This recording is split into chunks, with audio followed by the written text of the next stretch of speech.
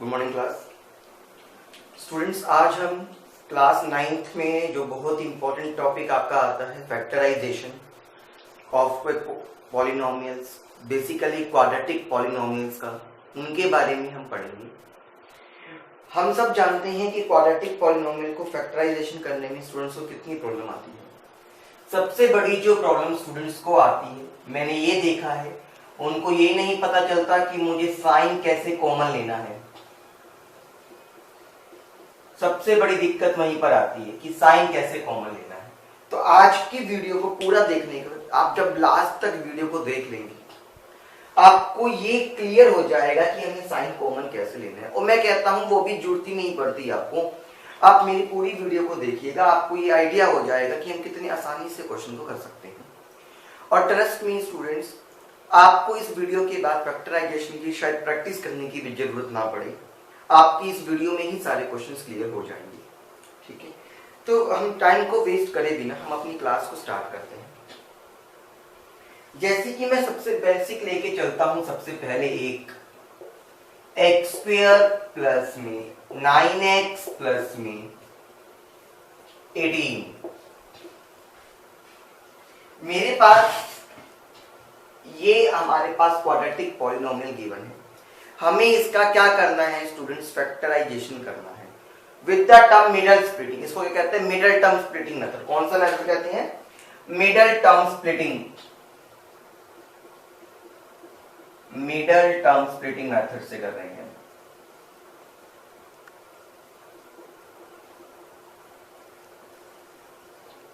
ध्यान रखिएगा इस चीज का।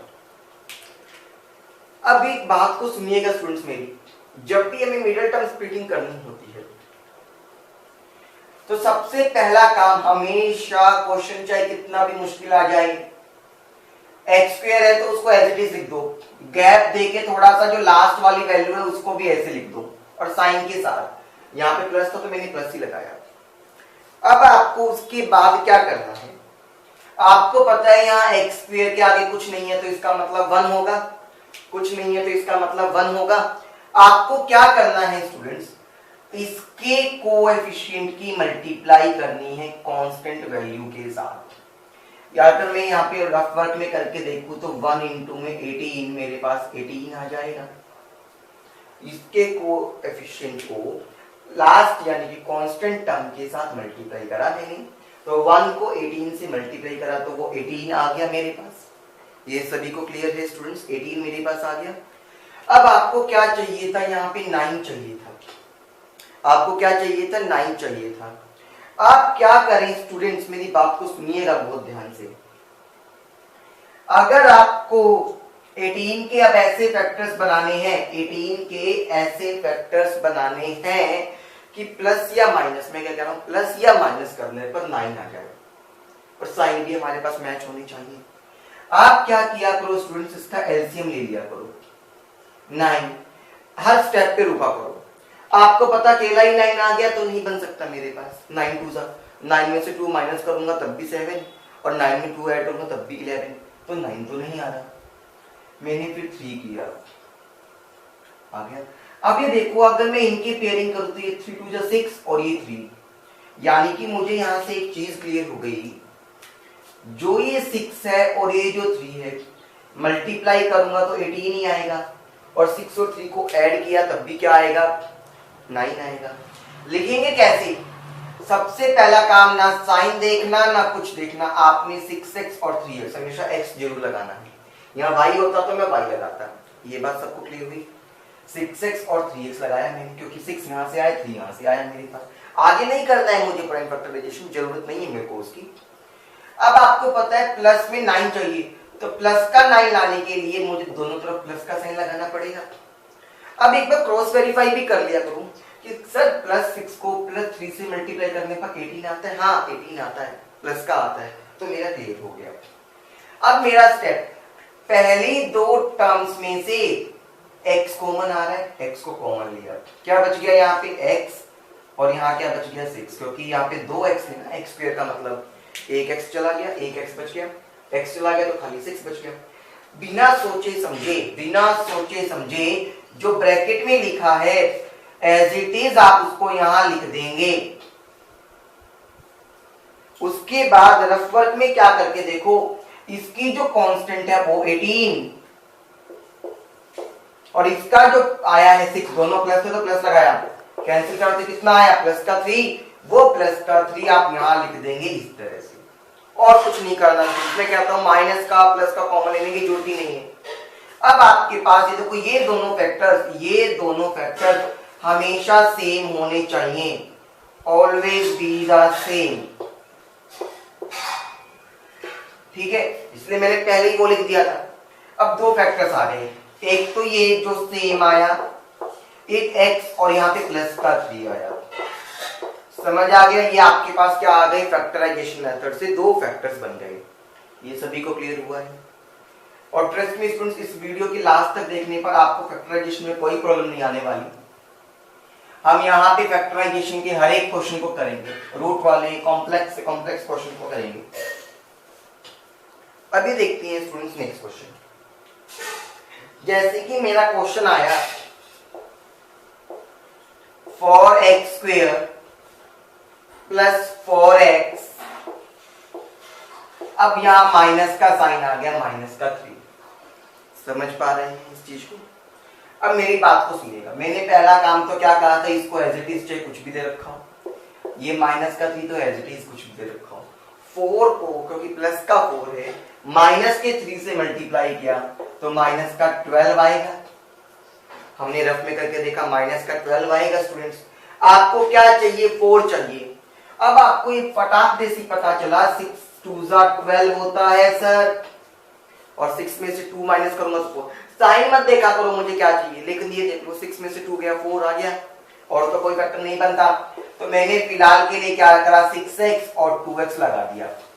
अब आपको पता है मुझे माइनस करना पड़ेगा तभी 4 आएगा। अलजेब्रा के अकॉर्डिंग हो सकता था यहाँ पे माइनस लगाओ या फिर यहाँ लगाओ। आपको पता है प्लस का चाहिए तो बड़े वाले के आगे प्लस का साइन और छोटे वाले के आगे माइनस का साइन। मुझे माइनस चाहिए होता तो मैं माइनस बड़े वाले के आगे लगाता और छोटे वाले के आगे प्लस लगाता, बन गया मेरे पास। अब एक बार ये भी चेक करते हैं, क्या 6 को -2 से मल्टीप्लाई करने पे -12 आता है? हाँ जी, और -12 भी चाहिए था मुझे। तो मैंने अब इन दोनों में से जो कॉमन लिया, क्या आएगा इन दोनों में से कॉमन मेरे पास? देखो 2 और x दोनों कॉमन आते हैं, क्योंकि ये भी 2 के टेबल पे जाता है, वो भी 2 के टेबल पे जाता है। मैक्सिमम क्वांटिटी को कॉमन लेंगे आप, मेरी बात को सुनिएगा। तो यहाँ पर कितना बच गया, 4x स्क्वायर को 2x से डिवाइड, तो 2x बच गया। कॉमन का मतलब एक्चुअली में डिवाइड ही होता है, क्योंकि 4 को मैं 2 × 2 लिख सकता हूँ। एक 2 आ गया, एक 2 बच गया। यहां से x तो चला गया तो बच गया क्या, 3। मैंने क्या कहा था, बिना सोचे समझे मेरे पास 2x + 3, तो बाहर निकाल दो, वरना स्टूडेंट्स को दिक्कत रहेगी, सर यहाँ माइनस है प्लस कैसे लूं, बहुत सारी दिक्कतें रहने वाली हैं। मैं कहता हूं हमें दिमाग पे जोर डालना ही नहीं, 2x + 3 तो 2x + 3 ही लिख दो। अब क्या कहा था, ऊपर -3 है नीचे प्लस का 3 है, डिवाइड करो तो माइनस का 1 आ गया, वो माइनस का 1 यहाँ लगा लो। क्लियर? एक देखो ये तो दोनों सेम आनी ही सेम थी, हमें क्या पता कुछ भी करने चाहिए हम। और एक 2x और ये माइनस का 1 लिखिएगा जरूर, वरना आप लोग सोचेंगे यहाँ पे कुछ है नहीं, समझे, फिर दूसरा फैक्टर बनाने में दिक्कत आएगी आपको। यहाँ तक क्लियर हुआ स्टूडेंट्स? चलिए अब हम देखते हैं हमारा नेक्स्ट क्वेश्चन।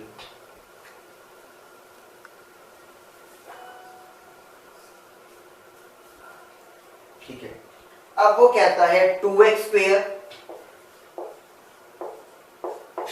-7x -15, ये दिया हुआ है। काम तो मुझे वही करना है, ज्यादा कुछ भागा दौड़ी करनी ही नहीं। 2x स्क्वायर और ये -15 लिख दिया। मेरा नेक्स्ट स्टेप क्या बताया था मैंने स्टूडेंट्स, x स्क्वायर का जो कोएफिशिएंट है यानी कि 2, कांस्टेंट क्या है -15, मल्टीप्लाई किया तो -30 आ गया, -30 आ गया मेरे पास। अब 30 के ऐसे फैक्टर की 7 आ जाए। एक तो बच्चा कहता है कि सर 5 × 6 माइनस प्लस तो मैं बाद में देखता हूं, तो 6 में 5 करोगे 11, 6 में से 5 गया 1, आपको चाहिए क्या 7, बीच वाला टर्म चाहिए होता है प्लस माइनस करने के बाद, तो ये नहीं बन सकता। फिर एक आता है सर 10 × 3 कर दूं मैं, 10 × 3 कर दूं मैं, हाँ जी 10 इंटू 3 कर सकते हो आप, बिल्कुल कर सकते हैं। तो देखिएगा 10 में से 3 गया 7, बच गया मेरे पास 7। तो मैंने क्या कहा, पहला काम तो 10x और 3x लगा दो। सर माइनस का आना चाहिए रिजल्ट, तो माइनस बड़े वाले के आगे प्लस छोटे वाले के आगे। समझ आया यहाँ तक? मुझे चेक करते हैं, -10 को 3 से किया तो -30, बिल्कुल सही है। इन दोनों में से एक तो x कॉमन और एक 2 भी कॉमन आएगा। बचा क्या, x माइनस में 5। बिना सोचे समझे x माइनस 5, -15 को -5 से डिवाइड, स्टार्टिंग में थोड़ा सा करके दिखाते हैं हम आपको। प्लस का 3 आ गया क्योंकि माइनस से माइनस कैंसिल हो गया था। रिजल्ट अब आपको पता है, एक तो जो दोनों में फैक्टर आ रहा है और एक जो बच गया यानी कि 2x और एक 3, ये आपके पास क्या आ गए स्टूडेंट्स, फैक्टर्स आ गए। क्लियर हो पा रही है मेरी बात? समझ आ रहा है सभी को? Very good. चलिए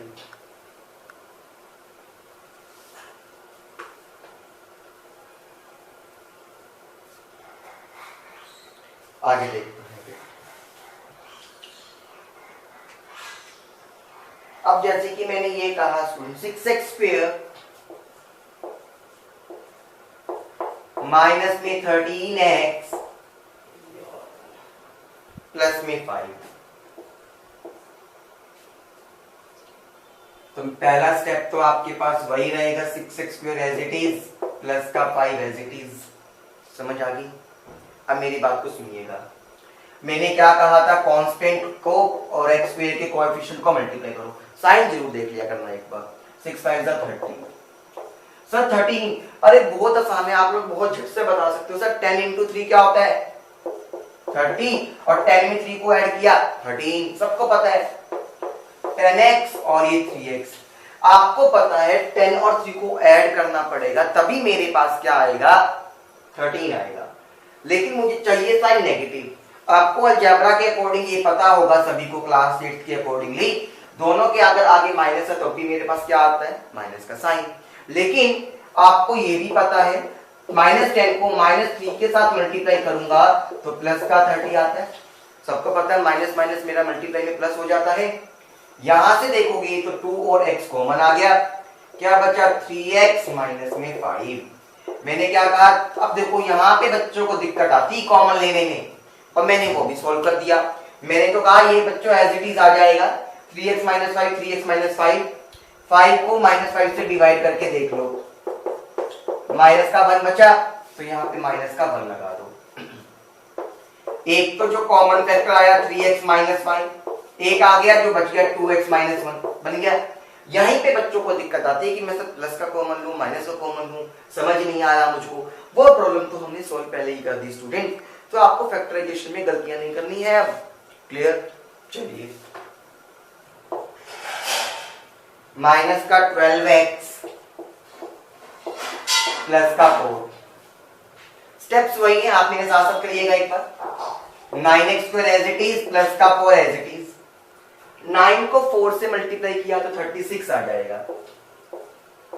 36 के फैक्टर की 12, सबको पता है 12 क्या होता है, 6 प्लस 6 और 6 6 36। साइन आपको नहीं लगाना, मुझे पता है प्लस करना है तो माइनस लगा दूं क्योंकि मुझे माइनस का साइन रिक्वायर्ड था। इन दोनों में से क्या कॉमन आएगा, 3 और x, क्योंकि 3 के टेबल पे जा रहा था। यहाँ पे 3x माइनस में 2 बचा, बिना सोचे समझे 3x माइनस 2 लगाओ, 4 को -2 से डिवाइड किया तो माइनस का 2 आ गया। आपके पास फैक्टर बन गए स्टूडेंट्स। हाँ, अब ऐसा क्वेश्चन में जब डबल दोनों फैक्टर सेम आ जाएं तो आप उससे कंफ्यूज नहीं होंगे कि आपके फैक्टर सेम आ गए हैं, आंसर आपका ठीक रहेगा। क्लियर हो गया students? Sure, very good. Process वही है, प्रोसेस में कोई फॉल्ट नहीं है। क्लियर? चलिए, अब आपको मैं एक चीज और करवाता हूं स्टूडेंट्स। अब वो ये कहता है x स्क्वायर प्लस में 3√3x प्लस में 6। अब आपके पास आप देख पा रहे हैं ये जो आया है, यहां पर क्या आ गया, रूट आ गया। कोई प्रॉब्लम नहीं है, रूट वाले में तो टेंशन लेनी ही नहीं आपको। मेरी बात को सुनिएगा एक बार। आप सबको ये पता है ना, अगर मैं √3 को √3 से मल्टीप्लाई करूंगा तो 3 आएगा। अगर मैं कहता हूं 2√3 को आपको √3 के साथ मल्टीप्लाई करना हो तो क्या हो जाएगा, 2 तो as it is, root 3 into root 3 3 तो 6। ये बात समझ गए ना, काम वही करना है बस। मैंने क्या कहा, पहला काम तो ये दोनों चीजें तो हमेशा साथ आएंगी आएंगी। अब बहुत ध्यान से सुनना, मैं अब इनको मल्टीप्लाई करके नहीं देखूंगा, हालांकि 6 को आपको पता चल गया कि मैं ये भी लिख सकता हूं, लेकिन वो थोड़ा सा कॉम्प्लेक्स हो गया मेरे लिए। कैसे मुझे पता चलेगा स्टूडेंट्स कि मैं ये लिखूं या ना लिखूं? अब मेरी बात को सुनिएगा, 3 रूट 3x है, मैं इसको क्या करा, 2 रूट 3x और यहाँ पे रूट 3x को अलग लिख दिया। ये बात समझ गई है मेरी बात, 2 रूट 3x और रूट 3x को मैंने अलग लिख दिया।